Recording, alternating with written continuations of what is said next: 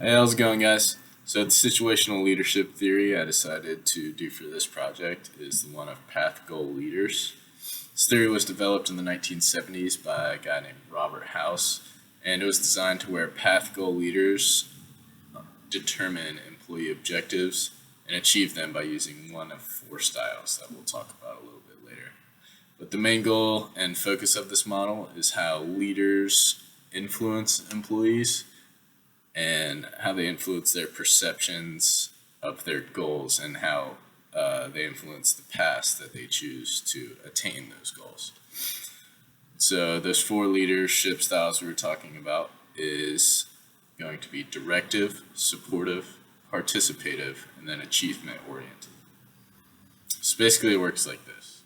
A leader is tasked with something, and then he or she takes into consideration certain situational factors of that task, whether it be the employee or an actual goal that they're doing at work. They take those factors into consideration, and then they decide which of the four leadership styles they should use. Their decision on which style they use will affect the performance and the satisfaction of the employees. I wanted to talk about this one in particular, this theory, because I feel like it's the most effective.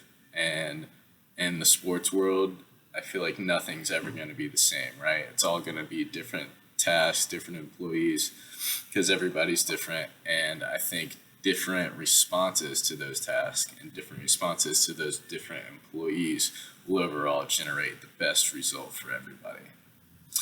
And overall, I think this theory can help to support leaders by helping them keep an open mind and be willing to change the way they lead and just determine the way they lead based on the situation and what that situation requires.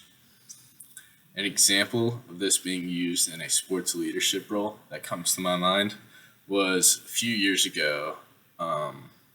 Frank Martin had a team.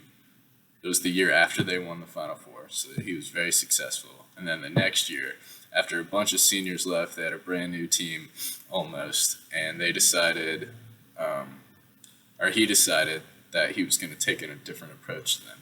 He had been getting some negative feedback.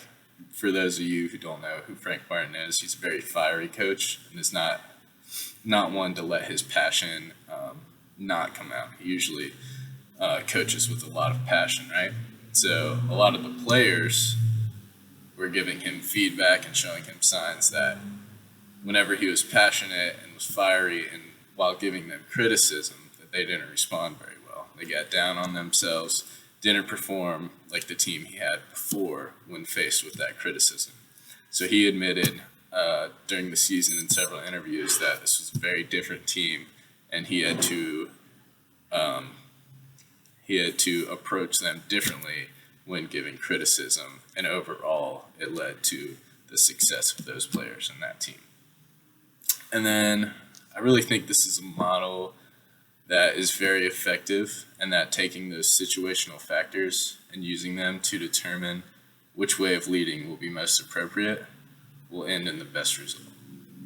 Have a nice day.